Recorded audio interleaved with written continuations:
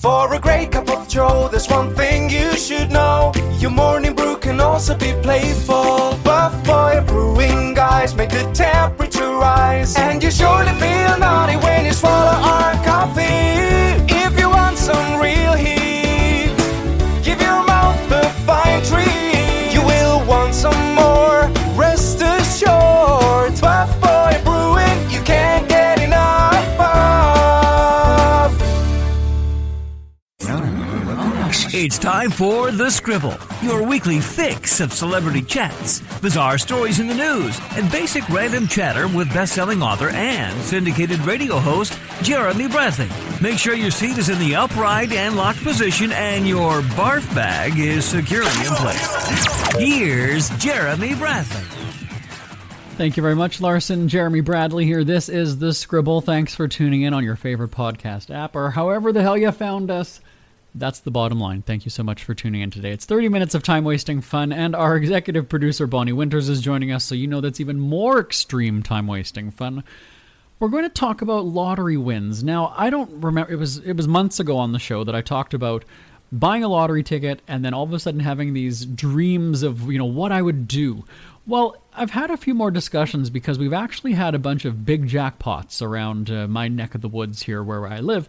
And so I'm always interested to hear what people would do with the money. What would be their plan of attack? What's their approach? Do you sit with experts and advisors and map out what you're going to do with the money? Or do you just take the check and go, life is good, and blow it all? Bonnie's going to talk about what she's going to do with her $1 million if she wins it ever. I don't play the lottery, so for me, I don't usually have these discussions because I don't expect that $1 million is just going to fall in my lap. But Bonnie's going to talk about that and then just frivolous spending. So it's some escapism on the show this week, okay? And it starts on The Scribble right after this. Who are the Kardashians feuding with now? What did that little thug Justin Bieber do this time? Who's getting hitched? And who's headed for Splitsville?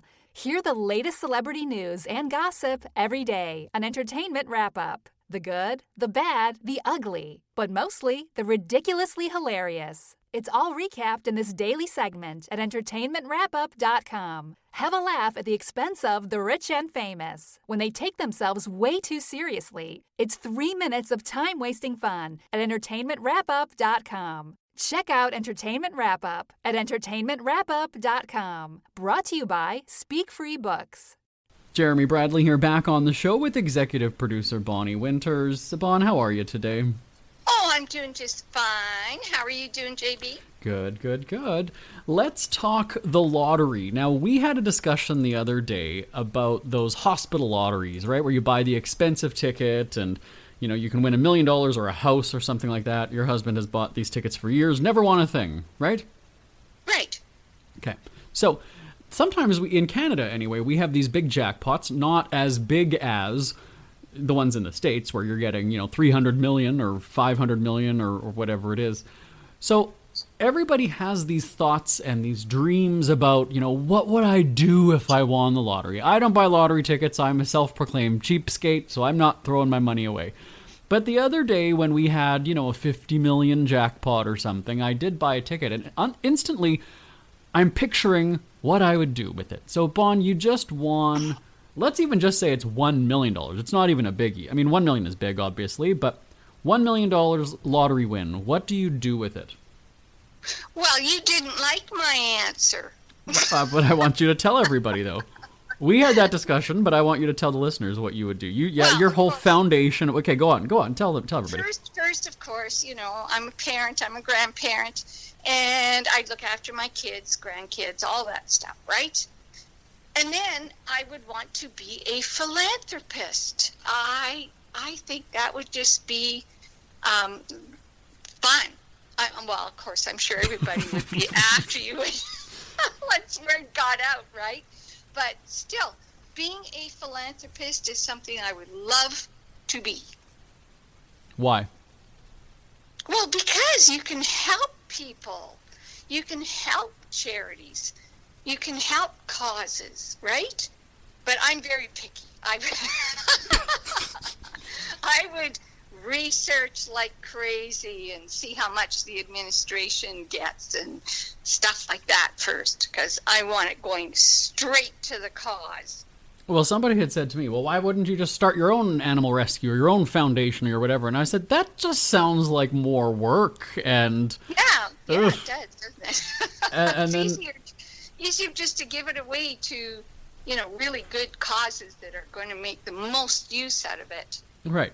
And then somebody had also said to me about, well, why wouldn't you do like a broadcasting or a journalism scholarship? And I was like, do you know how much the industry has changed? No youngster is going to want, nobody cares. If I do a radio scholarship, the kids are like, what's radio? Why, why would I do? Or, and then somebody had said to me, why don't you donate, to like your high school or whatever it is? I'm like, because I couldn't give two shits about it now in this day. Oh, JP. Okay, so as we've heard, as you said, the phone would be ringing off the hook. Everybody's going to come after you. Sure. And we hear those stories all the time, right? Suddenly you have this relative from how long ago and what. Would you then, you've already talked about the kids, grandkids, what have you. You'd find a younger husband, blah, blah, blah. So what would you do if now, would you wait for people to come and ask you for money, or would you, and again, I'm not talking kids, grandkids. I'm saying, like, let's say, I've got more money than you, so I'm not, I'm fine. But your friends or, a neighbor or something, do you wait for people to come and do the whole sort of Godfather plea to you, or do you just start throwing out money? No, I don't go for that. I research things that are close to my heart and that, I have a connection with in some way because of family circumstances or whatever, but I would research and I would decide. But I'm asking you, so if your cousin so-and-so comes to you and says, hey, can I have, comes out hand, forward, how do you, you're not giving people money? No, I will research first. But what does that mean? Research what?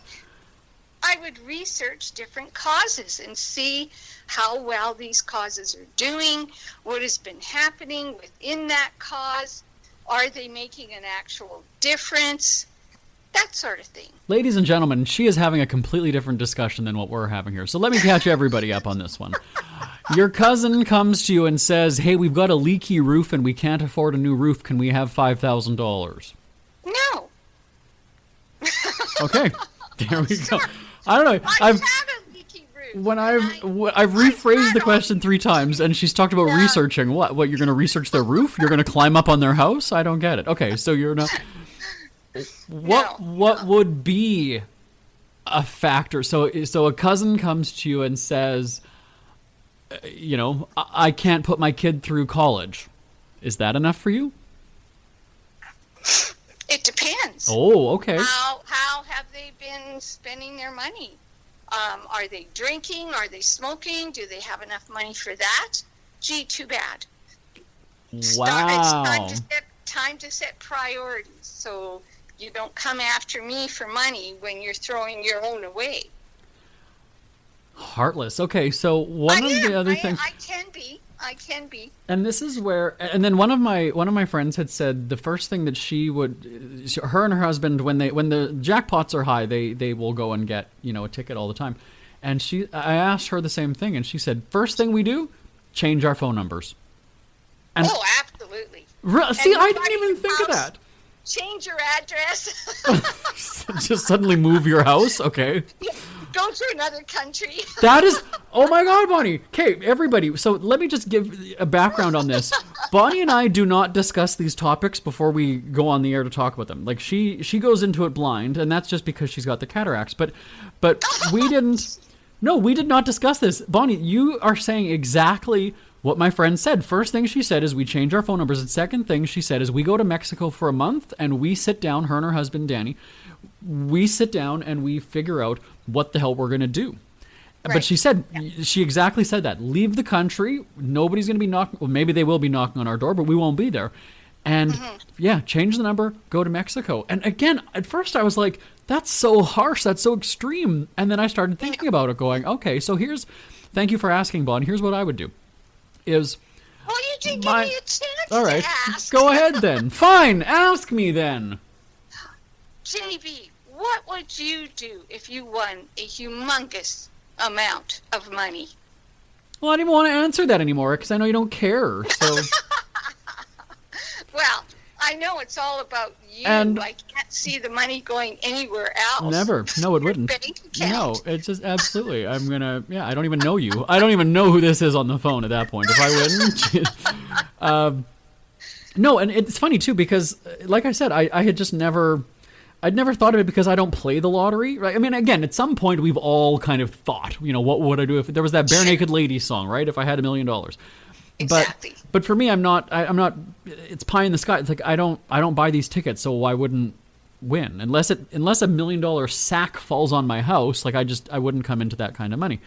But I was thinking about it, and this is the way I figured it out: is I would ask the person, or in my head, I would ask, did you support me when I was struggling as an author, when I was an entrepreneur? And by that, I mean, did you buy any of my books? Did you come to a book signing?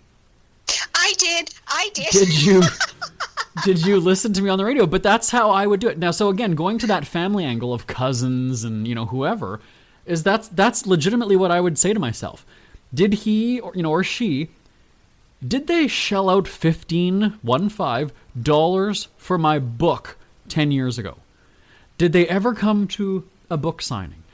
Did they, how were they there for, have they expressed an interest in what I have done broadcasting? Have they expressed an interest in what I've done for 15 years? When I've done red carpets, when I've gone to, Panama or Mexico, whatever it is, have they asked me about it? Have they expressed any interest? Now, on the flip side of that, you could also argue and say, well, JB, did you express interest in their life when they had a baby or when they did what? That's not the point. The point is that you're coming to me with your hand out, wanting something. And that would be my... Are you saying you hold grudges? No, what I'm saying is when you're coming to me, but that's a good point, Bon, is that it's made me sort of look at relationships with people just in general and say, who has been there for me? Like I said, I'm not even buying the ticket, so it's not even that I'm getting ahead of myself.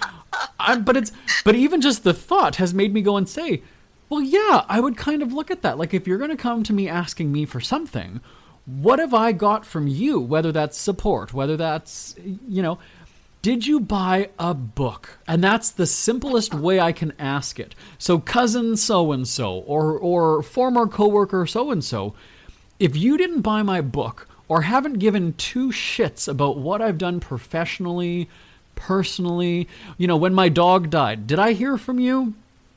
Did I hear from you? Oh. And isn't that, I just kind of thought that's the okay way to do it. I'm going to draw that line in the sand, and it'll be across the board for everybody. Did you buy my book? Yes or no? No? Be gone. And I thought that, yeah, that's going to make me look like a jerk or, insensitive or whatever. Now I hear how much of a hard-ass Bonnie is. I'm kind of feeling better about my decision. But what do you think about that? Is there setting, criteria? What are your thoughts? Well, everyone's going to set their own criteria. And I suppose that's something that everyone has a right to do.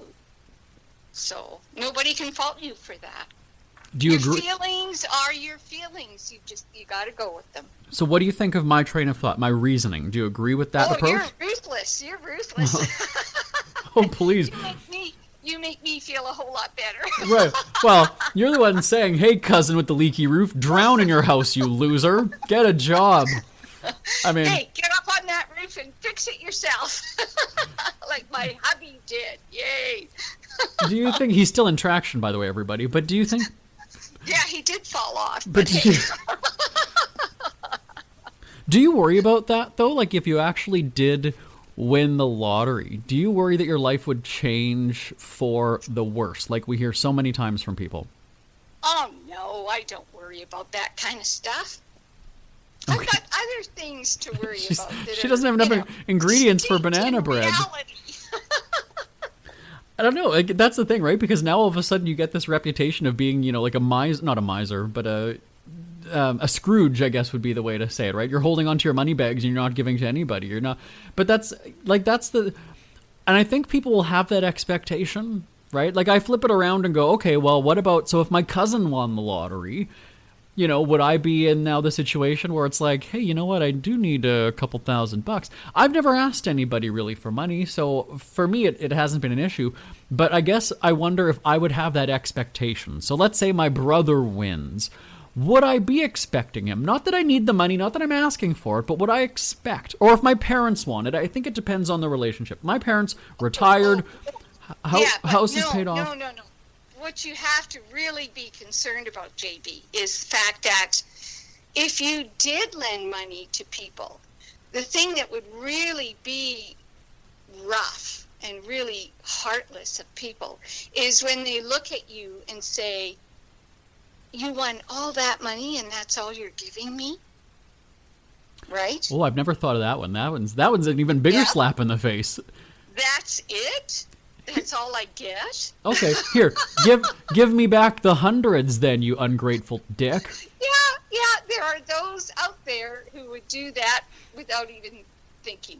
But how do you decide? So going back to that idea about like my parents retired, house is paid off, things like that. You know, a lot of people go and say, for those who have parents that are still alive, right? Oh, well, I would give to my parents.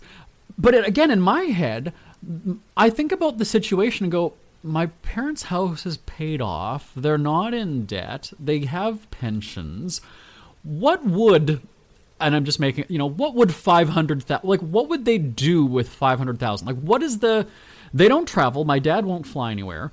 So I sit there and go, they would probably, not that they're addicted to gambling, but they would probably go to a casino. And then I kind of sit there and think, is it worth giving my parents 500? So does it depend on your relationship? So, if your parent, like, do you know what I mean? Like, I just go and say, I wouldn't give them. Yeah, but I mean, you could at least go and ask them, what would you like? What can I buy for you?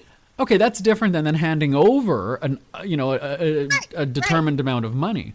But so then I look at that and go, yeah. I mean, it's what do they need? I just know even from last Christmas, it was coming to the point where my mom is like, you know what, just take us out for dinner is all we have. Typically for my mom's birthday or Mother's Day, whatever, I give not lawn ornaments, but planters and things like that for the lake, for out at the yard. And she's like, I've already got so many. Don't even if it's like a $20 planter, like don't bother wasting it. Like let's just have a family dinner. Maybe that's an age thing. I don't know. She just wants to spend time with the kids. But that's my thing. So am I going to look heartless if I don't go and say, here, Mom and Dad, here's $100,000? Like I'm going to look at the person's situation and say, do you need the $100,000? Like you're not going to travel the world. You're not going to. They already complain the house is too big. They had 3 kids back in the day. Now it's just them. So they're downsizing, right? They're at that point in their life. So, right. Like would you approach, like let's say that your kids already have a not a scholarship, but a tuition account for the grandkid, and college is going to be paid off. I mean, like, how do you figure out how much to give and to whom? Like, did both kids get the same amount of money, Bon? Or if one is struggling, does one get more? Oh no, I'm half and half. Like what I give one, the other gets too. Unless there's something specific that they need or want or. That's kind of how we've always done it. Okay, we're almost out of time, but let's talk about let's talk about gifts in general. Then, what's the most expensive gift you ever gave somebody? Well, I did. We did give a truck once, and we did give a car once, but they were old. Wow. Here, I was about to go and say. It was expensive. I was about to go and say, Mom! But Bonnie's giving out old shit that nobody wants, so that's not... Can't afford the new ones, but hey, we do what we can. It's so, what we've got. If you were to put a price on it, what would be the most expensive gift that you've given? Oh, gosh, I don't know. Maybe a couple of $1,000 in total. I'd say that's about it. Because you cared about the person, or you just wanted to unload your garbage? Because we cared about the people. Okay. Yes. Thoughts on regifting? Well, obviously you're regifting a car in a sense, but regifting, do it or you don't do it? In our family, we love doing that. We get as creative as possible, and we just have a real hoot doing that. Give me an example. I can't think of anything offhand because it's always just like little things. See, she gives these big whimsical, oh yes, and then I ask for an example and she can't. Okay, like a big cast iron stew pot. I regifted that.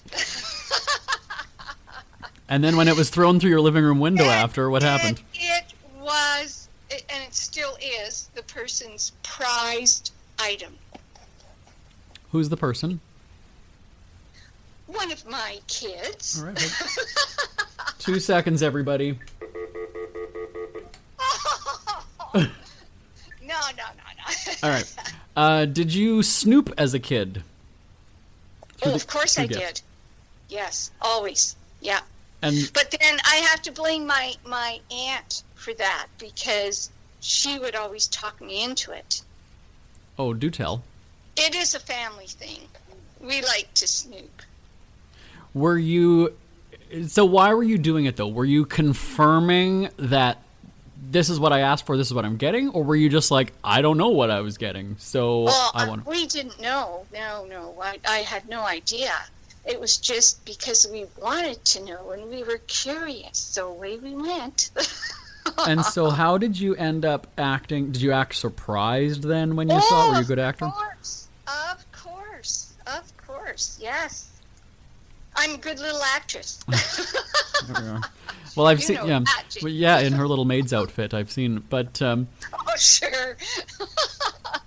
So I think you've maybe already answered the question then. Worst gift ever that you got? Worst gift? I've never had a worst gift. Well, if you're regifting, obviously they're bad.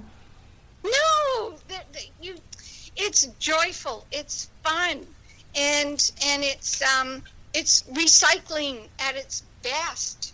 Try it. You don't always have to buy new things and give people expensive stuff. Have fun with what you've got. Do you know what I do that, Bon. You know, that's again how I got the show and red carpet invites in my house. Don't go there. But you know what's interesting? We've got to wrap this up because I know Tim's been yelling at me for the past 7 minutes that we're late. But the one thing that I thought was really cool was last Christmas. I know everybody was depressed about the Corona thing and no big family get-togethers. To me, there was actually something nice about it. Because, I'll be honest, I don't know, well, even how old my nephews are, their names. Like, I just don't... I don't know them well enough, and I haven't seen them, you know, in a year or whatever it is. And so even my mom was like, we're just giving them gift cards. We're just giving them money. And then when it came to, like, my brothers and the wives and whatever last year, I just said, like, you know what? Then I'm just not even going to do the gift thing. And like my parents said, like I said earlier, was let's just get together for dinner. Like, let's, you know, or we do a night where typically, and I did go over there on Christmas Eve and Christmas last year, but normally, like, those are the traditions that I think as you get older, you start to appreciate. And so for me, I'll go there Christmas Eve, you know, take the dogs, whatever it is, and we do a night of Nintendo bowling, and my mom makes this wicked, and when I say wicked, I mean deadly vodka slush, and it's become a thing, and it's more about the fun of it, right? When you go to the family get-together as a kid, you're waiting for the presents, right? You're just like, okay, everybody, shut up, let's just open the present. But as an adult, you're kind of like, I'm enjoying the social atmosphere. I'm enjoying the togetherness. And exactly. And that's where, for the first time when my mom was like, just don't get us anything, I thought that's a mom just being a mom and saying, like, no, we don't need anything, don't.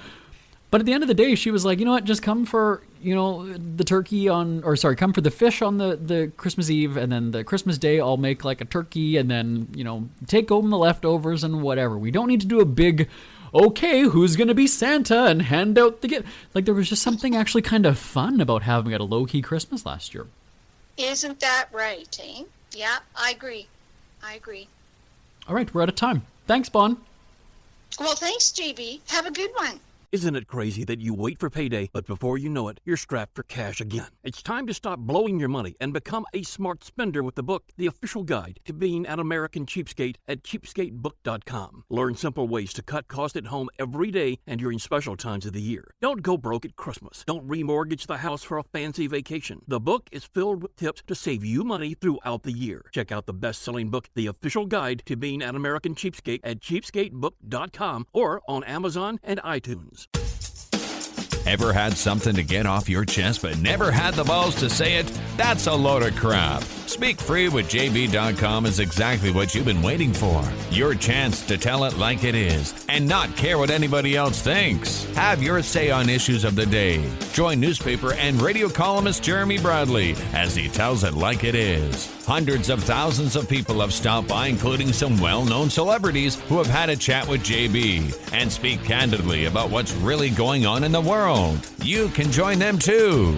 Have a rant or a rave. Be brave and head on over to www.speakfreewithjb.com now. It's never too early to start thinking about your next holiday. Have you checked out Mexico recently? From tequila tasting, swimming with horses, to ziplining through the jungle and watching whales and dolphins in their natural habitat, Puerto Vallarta has it all.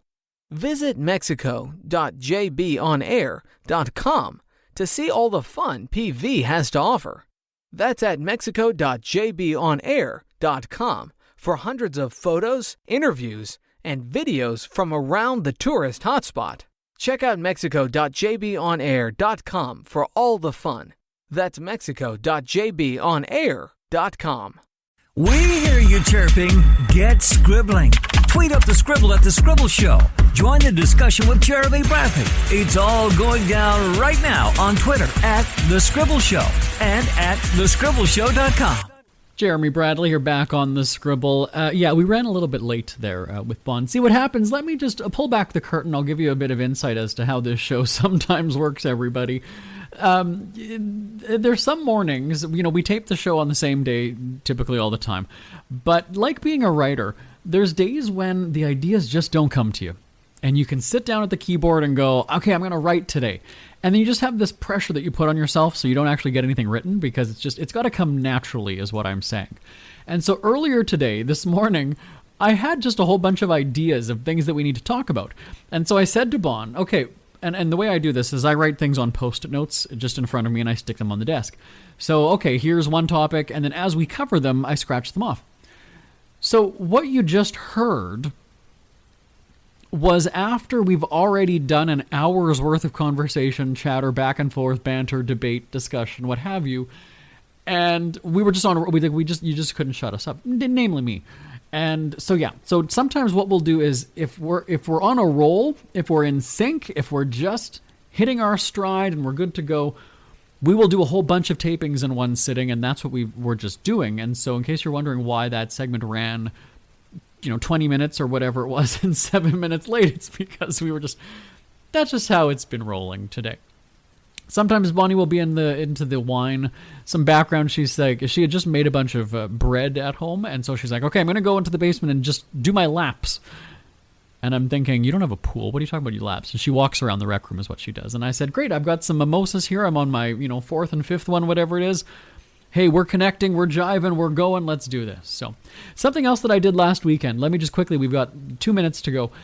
Last weekend, I decided to be domestic in my house. And I've talked about this, that I have a cleaning lady, she comes, cleans the house, does the laundry, whatever. But for some reason, I just felt there was a bit of dog fur on the blanket, and that kind of just... It doesn't creep me out because, again, I've kind of lived with dog fur the entire time I've been in my house. But I thought, I'm going to do the laundry, okay? So I'm going to go downstairs to that spin clothes bath machine, and I'm going to do laundry. One time when I'd done this, I'd put in too much soap or water or whatever it was, and it overflowed a little bit. This time what I did, I just decided to go, I folded up the blankets, the sheets, everything, just everything that was on the bed, minus the pillows. But I took off the pillowcases and I just folded it all up. Carry it down like it's like I'm a hitchhiker. I've got the sack on a stick. Just pull it up into a ball. I've got the corners of the blanket. I just go and I drop it into the machine. Little did I know that the remote from the TV was in that mix as well. because when I was in the dryer and I was like, I'm hearing this banging. What is that? Oh, good. I was drying out the remote control that I just washed for 45 minutes. There you go, everybody. So that's what happens. I always joke about this. Anytime that I try to take the initiative and do something in my house, a task, a job, a role that I don't normally do, disaster strikes. And so for me, that is justification to not do it again. Just like attempting to say drying on the podcast, everybody. Then again, when you're 4 or 5 mimosas in, yet mimosa's not a problem. Drying, that's a problem. My name is Jeremy Bradley. This is The Scribble. Talk to you next time. Thanks for listening. Bye, everybody. Want more Scribble? Check out thescribbleshow.com for past shows, celebrity interviews, cheapskate tips, and more. That's at thescribbleshow.com and on Twitter at The Scribble Show. The Scribble is a speak-free media presentation. If you want some real heat,